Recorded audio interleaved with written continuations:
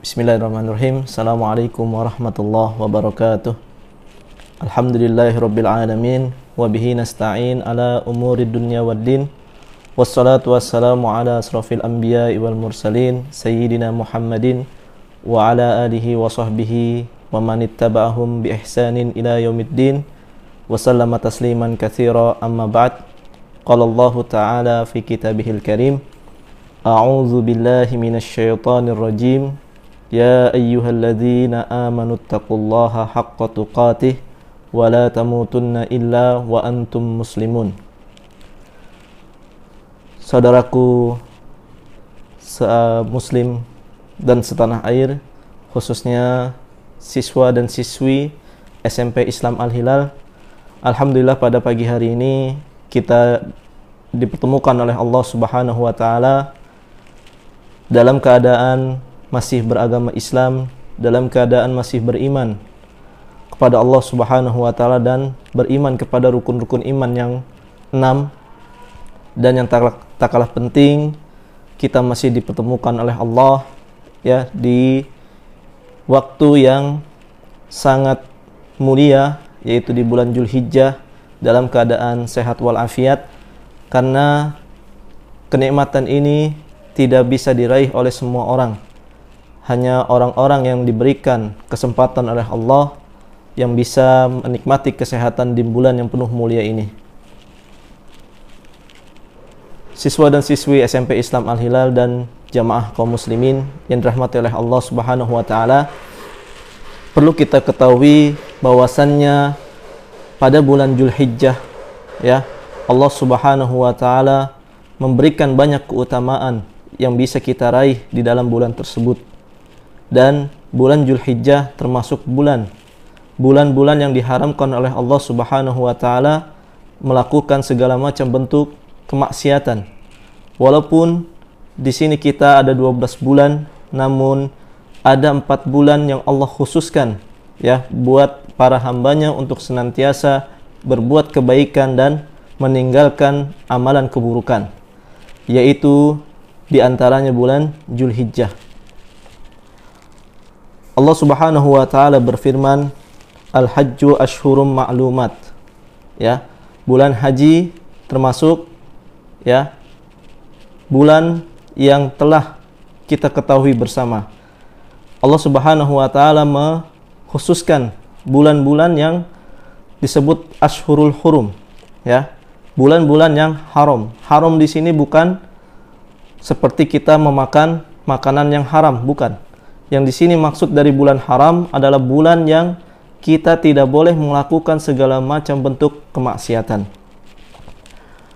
Lalu apa yang kita lakukan ketika kita sudah masuk di bulan Dzulhijjah tersebut? Di sini ada beberapa amalan-amalan yang kita bisa raih ya di bulan Dzulhijjah ini. Dan ketika kita melakukan amalan-amalan tersebut, kita akan memperoleh pahala yang tinggi.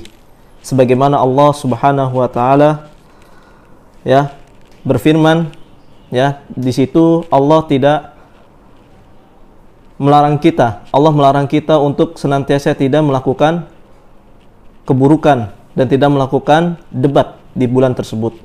Dan juga Nabi SAW di dalam sebuah hadis menjelaskan tentang faidah keutamaan dari bulan, amalan-amalan yang dilakukan di bulan Dzulhijjah tersebut, yaitu dari sahabat Ibnu Abbas ya radhiyallahu anhuma, semoga Allah meridhai kedua sahabat tersebut, anna Nabiya sallallahu alaihi wasallam bersabda, ma min ayyamin al-amalu as-salihu fiha ahabbu ila Allah min hadhil ayyam, ya, tidaklah ada satu hari yang dimana amalan-amalan soleh dikerjakan itu lebih Allah cintai ketimbang kita mengerjakan amalan-amalan soleh di luar hari tersebut.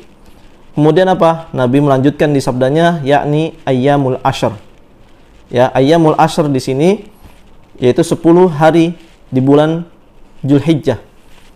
Qalu ya Rasulullah, wahai Rasulullah, walal jihad fi sabilillah, dan tidaklah pahala tersebut sama dengan jihad fisabilillah. Kemudian qala, Rasulullah menjawab ya pertanyaan para sahabat, walal jihada fi sabilillah illa rajulun kharaja bi nafsihi wa malihi summa lam yarji' min dzalika bi syai'in. Ya, kata Nabi sallallahu alaihi wasallam menjawab pertanyaan para sahabat ya yang berkaitan dengan apakah pahala dari amalan-amalan yang dilakukan 10 hari di bulan Dzulhijjah ini sama dengan pahala jihad fi sabilillah. Kemudian kata Nabi apa? Tidak sama dengan jihad fi sabilillah. Ya, kemudian Nabi menjawab kecuali orang yang keluar berjihad dengan jiwa dan hartanya kemudian tidak kembali dengan sesuatu apapun. Ya, ini keutamaan ketika kita melakukan amalan-amalan kebaikan di bulan Dzulhijjah. Kemudian di dalam hadis yang lain diriwayatkan oleh sahabat Ibnu Umar, semoga Allah meridhai sahabat tersebut, anin Nabi sallallahu alaihi wasallam qala, dari Nabi sallallahu alaihi wasallam bersabda, ma min ayyamin a'zamu wala ahabbu ilallahi al-amalu fihinna min hadhil ayyamil ashr fa aksiru fihinna minat tahlili wat takbiri wat tahmid. Ya, kata Nabi sallallahu alaihi wasallam di dalam hadis tersebut, tidak ada hari yang paling agung dan amat dicintai oleh Allah Subhanahu wa taala untuk berbuat kebaikan di dalamnya daripada 10 hari bulan Dzulhijjah.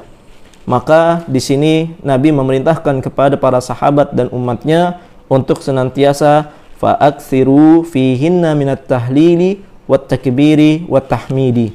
Ya, di sini kita harus memperbanyak ya zikir-zikir, pengucapan takbir, tahlil dan tahmid. Apa itu tahlil? Apa itu tahmid? Apa itu takbir? Tahlil, kita senantiasa mengucapkan la ilaha illallah. Kita perbanyak ucapan kalimat la ilaha illallah. Kemudian takbir, Allahu Akbar, yang kita diperintahkan oleh Nabi SAW untuk memperbanyak takbir di 10 hari terakhir, di 10 hari awal Dzulhijjah. Kemudian kita juga disunnahkan, diperintahkan oleh Nabi untuk senantiasa memperbanyak tahmid, ya, mengucapkan alhamdulillah. Ya, makanya di situ ada kalimat ya ketika takbiran, ya, Allahu Akbar, Allahu Akbar, Allahu Akbar, la ilaha illallah, wallahu akbar, Allahu Akbar, walillahil hamd. Ya, di situ kita diperintahkan, disunahkan untuk mengucapkan kalimat tersebut ketika di bulan atau di hari-hari bulan Dzulhijjah tersebut. Jamaah kaum muslimin dan siswa serta siswi SMP Islam Al-Hilal yang dirahmati oleh Allah Subhanahu wa taala, di antara amalan-amalan yang patut kita perbanyak atau kita lakukan di bulan Dzulhijjah ini, terutama di 10 awal hari bulan Dzulhijjah, yang pertama adalah melaksanakan ibadah haji dan umroh. Ya, kita ketahui bahwasannya ibadah haji merupakan rukun Islam yang terakhir, dan ibadah haji tersebut merupakan amalan yang diwajibkan oleh Allah kepada orang-orang yang mampu untuk menunaikan ibadah tersebut. Ya, lalu bagaimana jika di antara kita belum mampu menunaikan ibadah haji? Yang pertama, kita senantiasa berdoa kepada Allah supaya kita bisa melakukan ibadah haji tersebut. Kemudian yang kedua, ya, ibadah haji tersebut ya bisa kita ganti dengan ibadah kurban. Ya, ibadah kurban, ya, jika kita misalnya mampu dalam kriteria materi, dalam hal materi, namun kondisi tubuh kita ya di sini belum mampu untuk melaksanakan ibadah haji, maka di sini kurbanlah yang bisa kita lakukan. Oleh karena itu ya, kita sebagai kaum muslim dan muslimat harus senantiasa meniatkan di dalam diri kita minimal untuk bisa berkurban di bulan Dzulhijjah tersebut. Kemudian Nabi SAW menjelaskan tentang keutamaan ibadah haji dan umrah yang dilakukan di bulan Dzulhijjah. Al-umratu ilal umrati kafaratun lima bainahuma wal hajjil mabrur laisa lahul jaza illal jannah. Ya, dari umrah ke umrah adalah tebusan, ya, tebusan dosa-dosa yang dikerjakan di antara keduanya. Dan haji yang mabrur balasannya tiada lain adalah surga. Di sini yang jadi pertanyaan, apa tanda-tanda seseorang bisa mendapatkan haji mabrur? ajaran Islam dalam semua aspeknya memiliki hikmah dan tujuan tertentu. Hikmah dan tujuan ini diistilahkan oleh para ulama dengan maqasidus syariah, ya, maqasid asy-syariah, yaitu berbagai maslahat yang bisa diraih seorang hamba baik di dunia maupun di akhirat.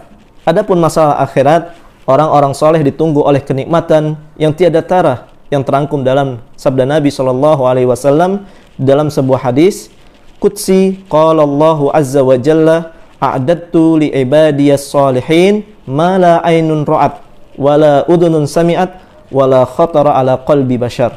Ya, kata Nabi SAW di dalam hadis qudsi yang difirmankan oleh Allah Subhanahu wa taala, ya, kata Allah, telah aku siapkan untuk hamba-hambaku yang soleh kenikmatan yang tidak pernah dilihat oleh mata, tidak pernah didengar oleh telinga, dan tidak pernah terbetik di dalam hati manusia. Ya, kenikmatan tersebut yang tidak lain dan tidak bukan adalah kenikmatan kehidupan di akhirat kelak. Ya, karena di akhirat kelak ada kehidupan sama seperti di dunia. Ada yang senang, ada yang bahagia, ada yang sedih dan sengsara. Nah, di sini ketika ada seorang hamba yang senantiasa melakukan amalan soleh di bulan-bulan Zulhijjah tersebut, maka dia akan mendapatkan kenikmatan yang tidak bisa dilihat oleh mata, yang kenikmatan tersebut tidak bisa didengar oleh telinga, dan tidak dapat terbetik, ya, di dalam hati, ya, manusia. Kemudian untuk haji secara khusus, ya, Rasulullah SAW bersabda, wal hajjul mabrur laisa lahu jazaan illal jannah. Ya, kata Nabi SAW, haji yang mabrur tidak lain pahalanya adalah surga. Nah, surga tersebut adalah kenikmatan yang dijelaskan oleh Nabi, ya, SAW di hadis sebelumnya, mala ainun ra'at wala udhunun sami'at wala khatara ala qalbi bashar. Ya, nah inilah yang dijelaskan oleh Nabi SAW, kenikmatan tersebut adalah kita dimasukkan oleh Allah ke dalam surga. Adapun di dunia, banyak maslahat yang bisa diperoleh oleh kita sebagai seorang hamba yang melakukan amalan-amalan soleh. Dan untuk ibadah haji khususnya ada beberapa contoh yang bisa kita sebut seperti menambah teman, bertemu dengan ulama, dan keuntungan berdagang. Ya, ini pahala yang kita raih ketika kita mendapatkan haji mabrur untuk di dunia. Kemudian di sini, apakah semua yang haji, yang berangkat ibadah haji itu mendapatkan haji yang mabrur? Perlu kita ketahui bersama, tidak semua orang meraih haji mabrur. Lalu bagaimana kita bisa mendapatkan haji mabrur, dan tanda-tandanya apa jika kita adalah seorang yang melakukan ibadah haji dan sedangkan haji kita mabrur? Perlu kita ketahui bahwasannya, ya, istilah mabrur itu apa? Ya, istilah mabrur itu apa? Ya, mabrur di sini bukanlah sekedar haji yang sah. Ya, jika kita menyatakan haji mabrur itu adalah haji yang sah, semua ibadah yang kita lakukan sah. Namun maksud mabrur di sini adalah diterima oleh Allah Subhanahu wa taala. Ya, sedangkan sah itu berarti menggugurkan kewajiban. Ya, semua orang yang berangkat menunaikan ibadah haji itu hajinya sah. Namun ini di sini ada pertanyaan, apakah haji kita mabrur atau tidak? Semuanya sah, ya. Nah, ketika kita ingin mendapatkan haji mabrur, maka kita harus mengetahui tanda-tanda, ya, supaya haji kita mabrur. Apa yang harus kita lakukan? Ya, di sini yang pertama adalah haji mabrur, harta yang dipakai untuk haji adalah harta yang halal. Ya, jangan kita berangkat pergi haji dengan harta yang penuh dengan unsur keharaman. Di antaranya adalah hasil riba atau hasil mencuri dan hasil-hasil selainnya dari hal-hal yang tidak dibolehkan oleh Allah Subhanahu wa taala. Nah, ini jika kita berangkat haji dengan harta yang seperti itu, maka jangan harap, ya, haji kita mabrur dan diterima oleh Allah Subhanahu wa taala. Jadi jika kita ingin hajinya mabrur, kita harus menggunakan, ya, harta yang halal untuk beribadah kepada Allah Subhanahu wa taala. Maka di sini Nabi SAW menegaskan di dalam hadis, innallaha thayyibun la yaqbalu illa thayyiban. Sesungguhnya Allah itu baik, ya, maka Allah tidak akan menerima sesuatu apapun kecuali dari yang baik saja. Ya, jadi ibadah haji itu baik. Ya, maka kita harus menunaikan ibadah haji dengan hal-hal yang baik juga supaya Allah menerima haji kita dan haji kita bisa mabrur, diterima oleh Allah Azza wa Jalla. Kemudian tanda yang kedua, amalan-amalannya dilakukan dengan ikhlas dan baik sesuai dengan tuntunan Nabi Shallallahu Alaihi Wasallam. Kita perlu ketahui dan kita juga sudah mengetahui bahwasannya syarat diterimanya semua amalan ibadah itu ada dua.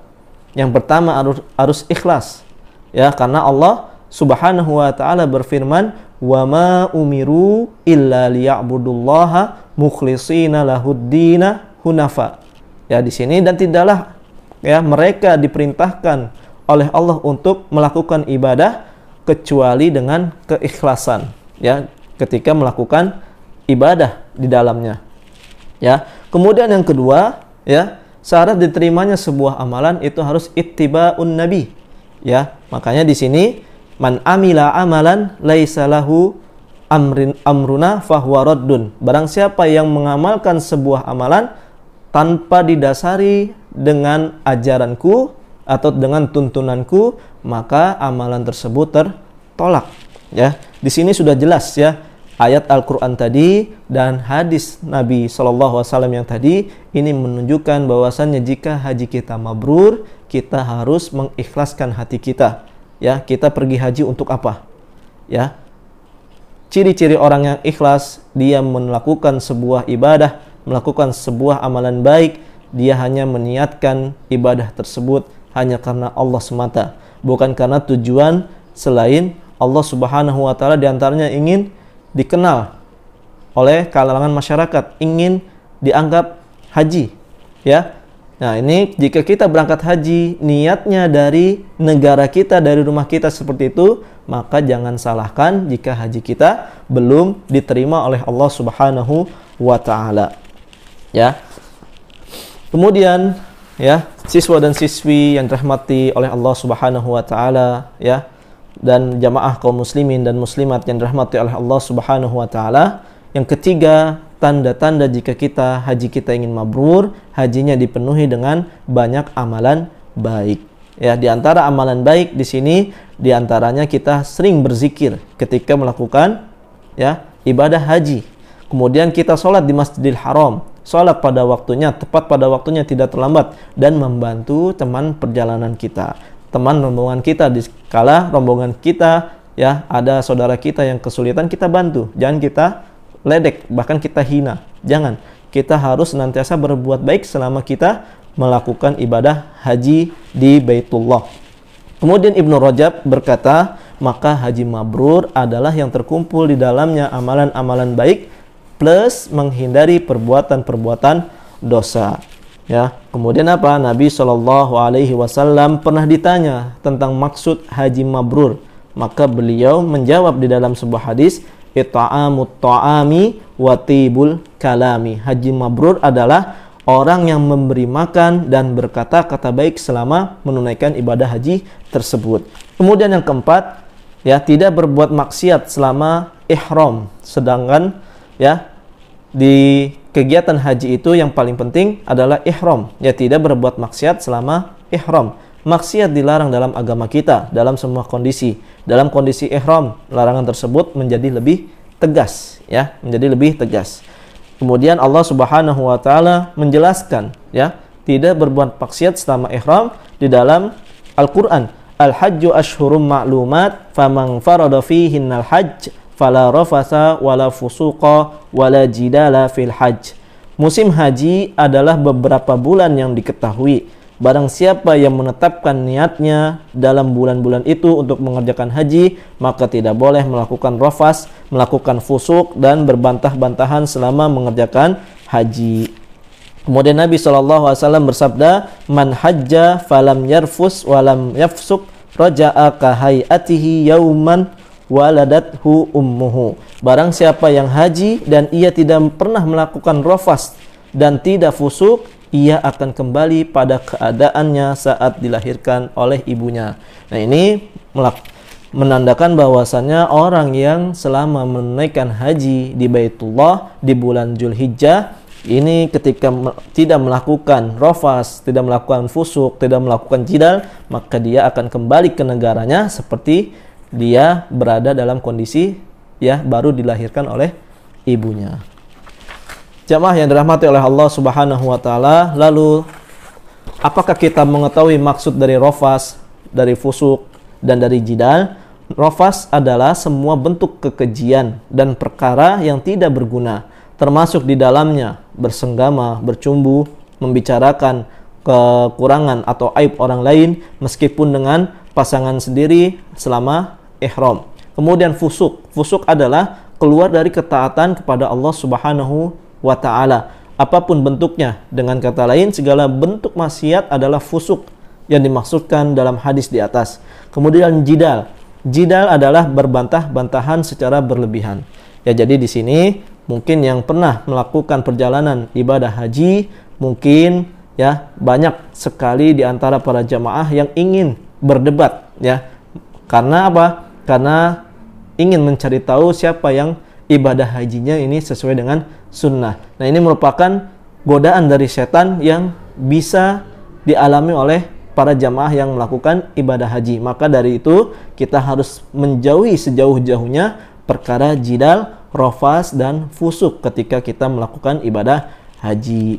Kemudian tanda yang kelima, haji yang mabrur adalah haji yang setelah ibadah haji tersebut seseorang yang melakukan ibadah haji tersebut akan senantiasa menjadi lebih giat, lebih rajin untuk melakukan amalan-amalan baik. Salah satu tanda diterimanya amal seseorang di sisi Allah adalah diberikan taufik untuk melakukan kebaikan lagi setelah amalan tersebut. Sebaliknya jika setelah ibadah haji kita pulang ke negaranya namun kita suruh membaca Al-Quran malas, untuk sholat berjamaah malas, bahkan selalu ketinggalan, ini hati-hati. Bisa saja haji yang kita lakukan, yang kita tunaikan ini belum mabrur atau diterima oleh Allah Subhanahu wa taala.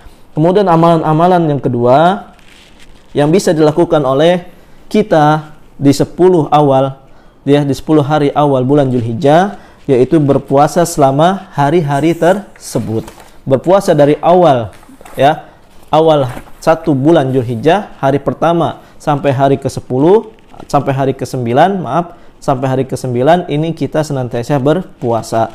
Terlebih-lebih lagi yang ditekankan oleh Nabi, ini kita harus disunnahkan untuk berpuasa di bulan Arafah. Kenapa sih kita harus berpuasa Arafah padahal kita tidak di Arafah? Apakah puasa Arafah ini berlaku untuk ya jamaah haji yang berada di sana atau berlaku untuk siapa? Nah, di sini pertanyaan tersebut mungkin terlintas di antara para ya putra-putri dan anak-anak siswa-siswi SMP Al-Hilal ya, dan jamaah kaum muslimin pada umumnya.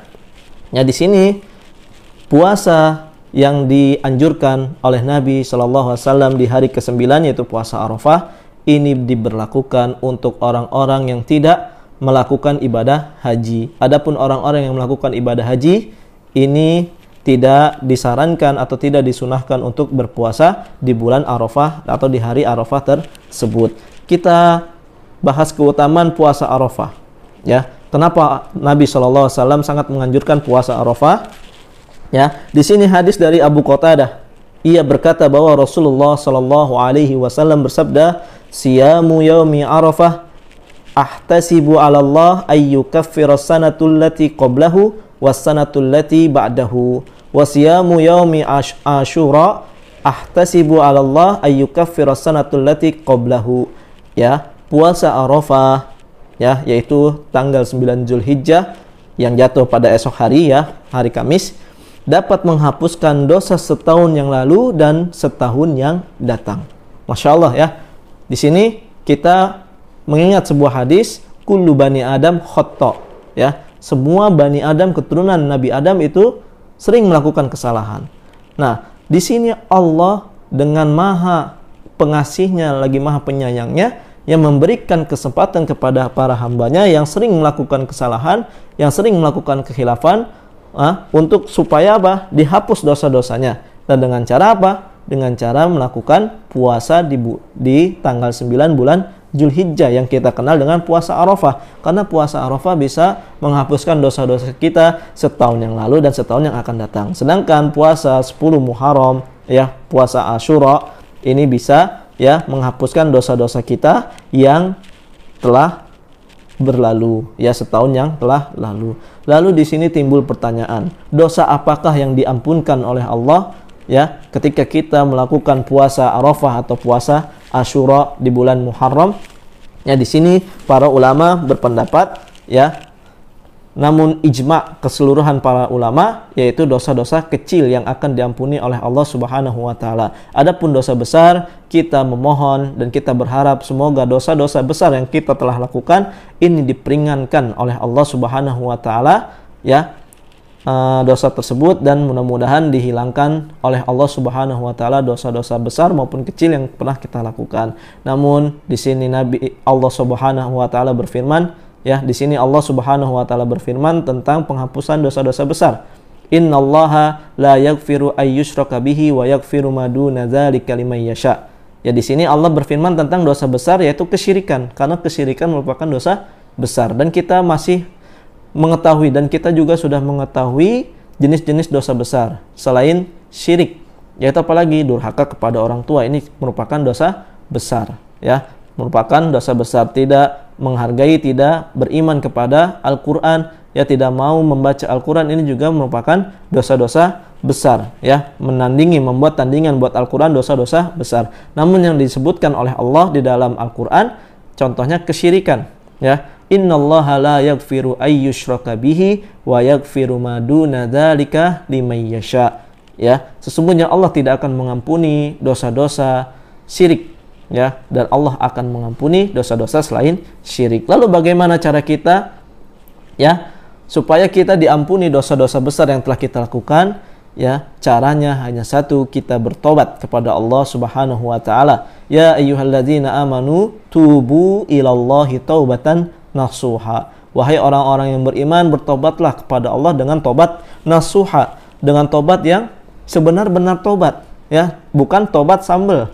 Maksud tobat sambal di sini ketika ingat dia tobat, ketika tidak ingat kepada Allah dia kembali lagi kepada maksiat. Ini bukan taubatan nasuha. Taubatan nasuha adalah tobat yang benar-benar tobat. Dia berjanji, ya, berazam kepada dirinya untuk senantiasa tidak akan mengulangi, ya, tidak akan membuat yang kedua kalinya tentang dosa besar tersebut, dan dia akan semaksimal mungkin berusaha semampu mungkin untuk senantiasa tidak, ya, melakukan dosa besar tersebut, ya. Maka di sini perlu kita ketahui bahwasanya dosa-dosa besar ini akan diampuni oleh Allah Subhanahu wa taala dengan cara taubatan nasuha, yaitu taubatan nasuha adalah orang yang bertobat dan melakukan amalan-amalan soleh. Jamaah yang dirahmati oleh Allah Subhanahu wa taala, ya, para siswa dan siswi yang kami sayangi dan dirahmati oleh Allah Subhanahu wa taala, di sini ada sebuah hadis, ya, yang dimana hadis tersebut, ya, mengkisahkan para sahabat berbantah apakah Nabi Shallallahu Alaihi Wasallam ketika hari Arafah, ya, dia berpuasa atau tidak. Ya, di sini hadisnya disampaikan oleh Ummu Fadl, ya, an Ummil Fadli bintil Haris anna nasan tamarau indaha yawma Arafah fi saumin Nabi sallallahu alaihi wasallam faqala ba'duhum huwa shaimun wa qala ba'duhum laisa bisaimin fa arsalat ilaihi biqadahin labanin wa huwa waqifun ala ba'irihi. Dari Ummu Fadl bintul Haris bahwa orang-orang berbantahan di dekatnya pada hari Arafah tentang puasa Nabi Shallallahu Alaihi Wasallam. Sebagian mereka mengatakan beliau berpuasa, sebagian yang lain sebagian lain mengatakan bahwasanya Nabi tidak berpuasa. Kemudian apa? Maka Ummu Fadl di sini mengirimkan semangkuk susu kepada Nabi Shallallahu Alaihi Wasallam. Ketika beliau sedang berhenti di atas unta beliau, maka beliau meminumnya. Dengan ini, ya, kita bisa mengambil pelajaran bahwasanya Nabi Shallallahu Alaihi Wasallam berhenti di atas untanya mungkin sedang melakukan perjalanan ibadah haji. Maka di sini ketika Nabi Shallallahu Alaihi Wasallam berada di Arafah, padang Arafah, maka di sini Nabi tidak berpuasa. Kemudian di hadis selanjutnya dari Maimunah radhiyallahu anha, semoga Allah meridhoi sahabiat Maimunah. Ia berkata bahwa orang-orang saling berdebat apakah Nabi SAW berpuasa pada hari Arafah.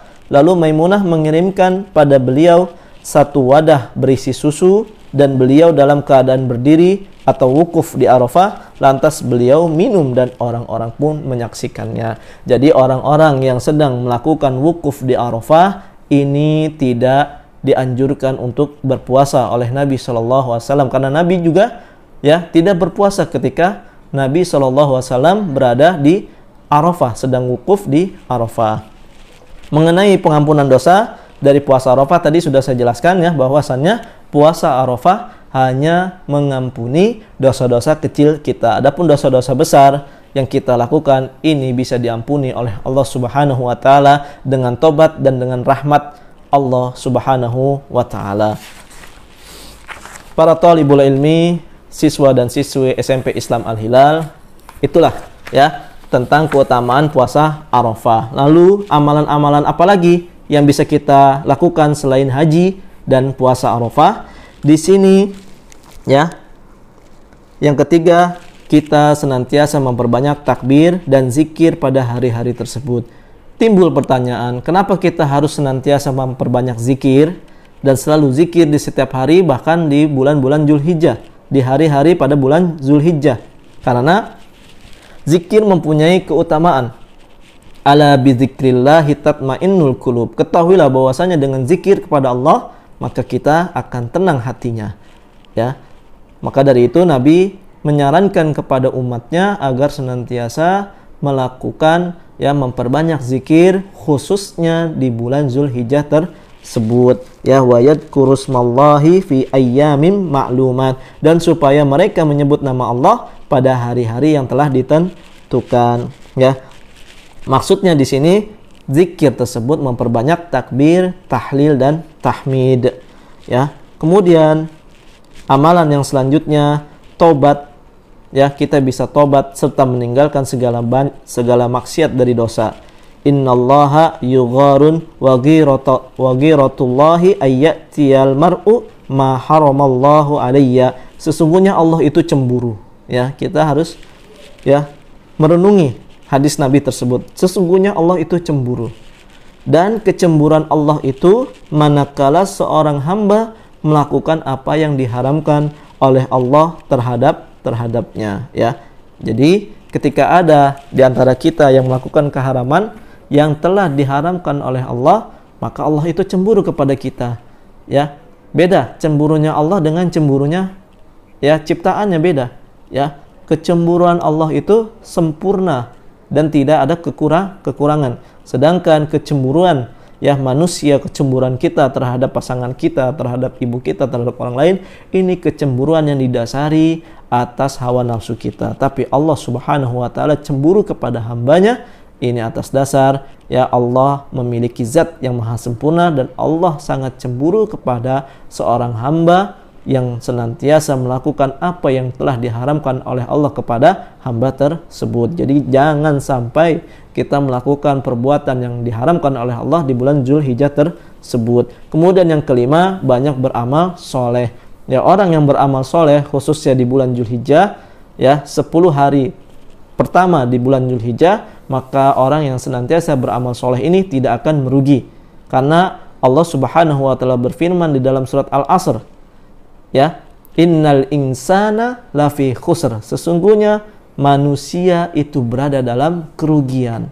Ya, semua manusia yang ada di dunia ini ya itu mengalami kerugian. Makanya jika kita tidak mau mengalami kerugian, maka salah satu caranya kita memperbanyak amalan soleh. Illal ladzina amanu wa amilus solihat. Kata Allah Subhanahu wa taala di dalam surat Al-Asr tersebut, kecuali orang-orang yang beriman dan yang beramal soleh. Kemudian yang keenam, disyariatkan pada hari-hari itu takbir mutlak, yaitu pada setiap saat, siang ataupun malam, ya, siang ataupun malam sampai sholat Idul Adha, ya. Dan disyariatkan pula takbir muqayyad, yaitu yang dilakukan setiap selesai sholat fardu yang dilaksanakan secara berjamaah, ya. bagi selain jamaah haji dimulai dari sejak fajar hari Arafah, dan bagi jamaah haji dimulai sejak zuhur hari raya Kurban, terus berlangsung hingga sholat asar pada hari tasyrik. Ya, di bulan Zulhijjah ini ada hari tasyrik, yang dimana kita tidak diperkenankan untuk berpuasa di dalam hari-hari tersebut. Hari tasyrik yaitu hari 10, hari 11, 12 dan 13, karena hari 10 kita melakukan hari raya. Ya, tidak mungkin ya ketika ada orang yang sedang melakukan hari raya dia berpuasa. Kemudian 11, 12, 13 juga masih kita dilarang untuk berpuasa sunnah di dalamnya. Ya, tidak boleh berpuasa di dalam hari-hari tersebut, karena 11, 12, 13 masih merupakan rangkaian dari hari-hari tasyrik yang Allah haramkan kepada para hambanya untuk berpuasa di dalam hari-hari tersebut. Kemudian yang ketujuh, amalan-amalan yang bisa kita lakukan berkurban pada hari kurban dan hari-hari tasyrik. Jadi ketika kita sudah mampu untuk berkurban, namun ketika hari ke-10 ternyata hewan kurban kita belum dikurbankan, maka di hari-hari tasyrik kita masih bisa mengorbankan memotong hewan kurban tersebut. Ya, di sini hal ini adalah sunnah Nabi Ibrahim alaihissalam, yaitu ketika Allah Ta'ala menebus putranya dengan sesembelihan yang agung. Diriwayatkan oleh Nabi SAW, wa qad sabata anna an-nabiy sallallahu alaihi wasallam dhaha bi kabshaini amlahaini aqranaini dhabhahuma bi yadihi wa samma wa kabbir wa wada'a rijlahu ala safahihima. Ya, Nabi SAW menjelaskan di dalam hadis ini tentang tata cara berkurban. Berkurban dengan menyembelih 2 ekor domba jantan berwarna putih dan bertanduk. Beliau sendiri yang menyembelihnya dengan menyebut nama Allah dan bertakbir serta meletakkan kaki beliau di sisi tubuh domba itu. Jadi jika kalian ingin khususnya siswa SMP Al-Hilal, jika kalian ingin memotong hewan kurban ibu kalian atau orang tua kalian, ya kalian harus pertama mengucapkan basmalah, ya. Kemudian yang kedua, ketika ingin menyembelihnya, ya kalian harus bertakbir. Kemudian yang ketiga, ya kita perlihatkan, ya kita lihat apakah alat yang ingin kita gunakan untuk memotong hewan kurban kita itu tajam atau tidak. Ya, karena kalau jika alat yang kita gunakan tidak tajam, maka akan menyakiti hewan kurban tersebut, ya. Kemudian jangan sampai kita ini membuat sedih hewan yang akan kita kurbankan. Salah satunya bagaimana supaya hewan itu tidak sedih? Kita tidak boleh memperlihatkan alat yang untuk kita gunakan memotong hewan kurban itu kepada hewan kurban tersebut. Jadi jangan kita todongkan pisaunya ke hewan kurban kambing atau sapi kita. Ya, contohnya misalnya ada di antara kalian yang nanti nih saya sembelih kamu ya. Jangan seperti itu. Ini termasuk perbuatan yang bisa menyakiti hewan kurban kita. Ya, jadi kita harus berbuat baik kepada hewan sesembelihan kita. Kemudian yang kedelapan, dilarang mencabut atau memotong rambut dan kuku bagi orang yang hendak berkurban. Ya, jadi orang tua kalian atau kalian yang ingin berkurban ini dilarang dari 1 Zulhijjah sampai 10 Zulhijjah atau sampai hari tasyrik, ini dilarang untuk memotong kuku dan memotong rambut. Terus kapan Pak motongnya? Terus kapan Ustadz motongnya? Motong kuku dan motong rambut?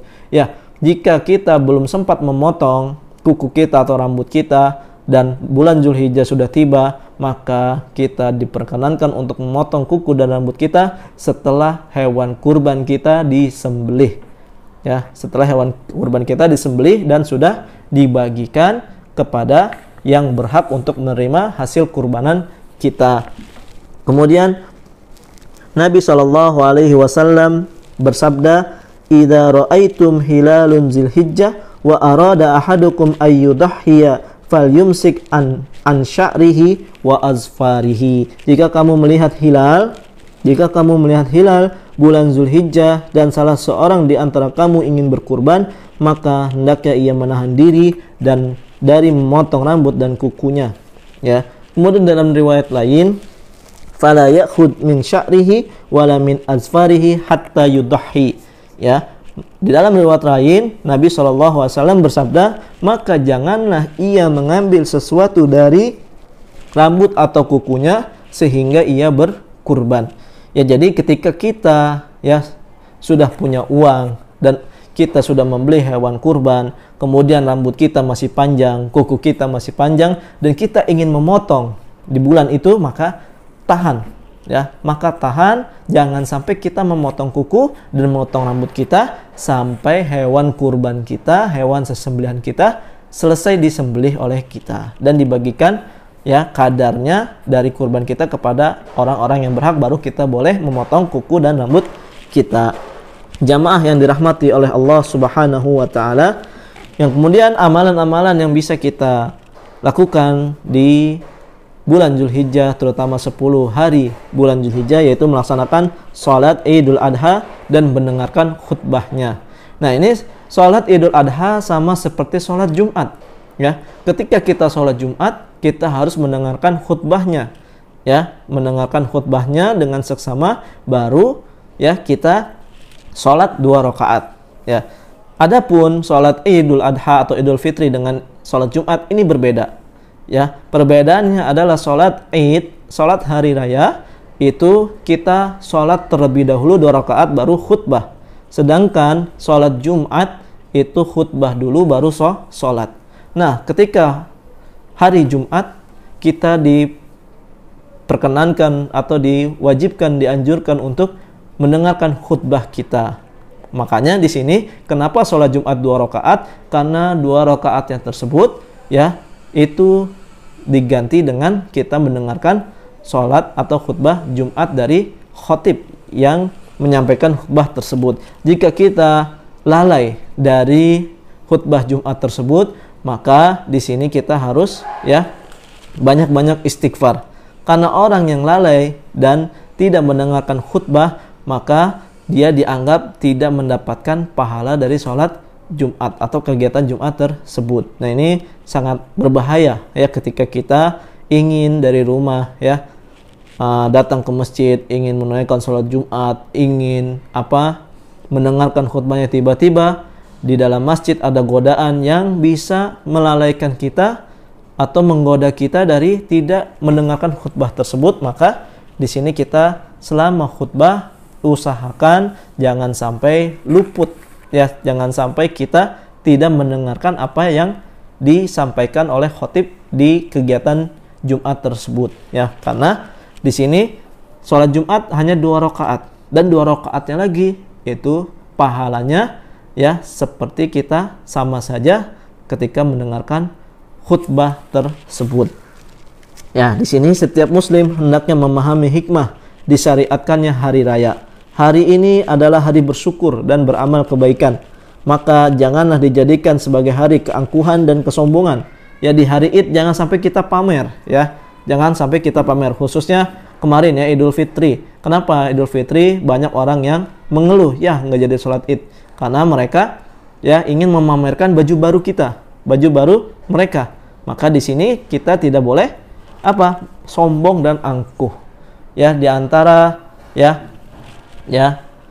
supaya sholat Id kita ini dianjurkan oleh Nabi, kita harus memakai pakaian yang terbaik, bukan pakaian yang baru beli, bukan pakaian yang bagus, bukan pakaian yang terbaik yang kita miliki. Tapi orang-orang Indonesia berpendapat bahwasanya kalau hari raya itu harus baju yang baru, walaupun dia masih memiliki baju yang layak untuk dipakai dan untuk digunakan sholat, namun ya sudah menjadi adat istiadat ya di kalangan masyarakat Indonesia. Ini setiap hari raya dia selalu beli baju baru ya, bahkan baju-baju yang sudah dia beli dan masih bisa dipakai jadi mubazir, karena Allah Subhanahu wa taala melarang kita untuk mubazir ya. Innal mubazzirina kanu ikhwanas syayatin. Sesungguhnya orang-orang yang melakukan ya mubazir, buang-buang ya, ini termasuk ya saudaranya setan ya.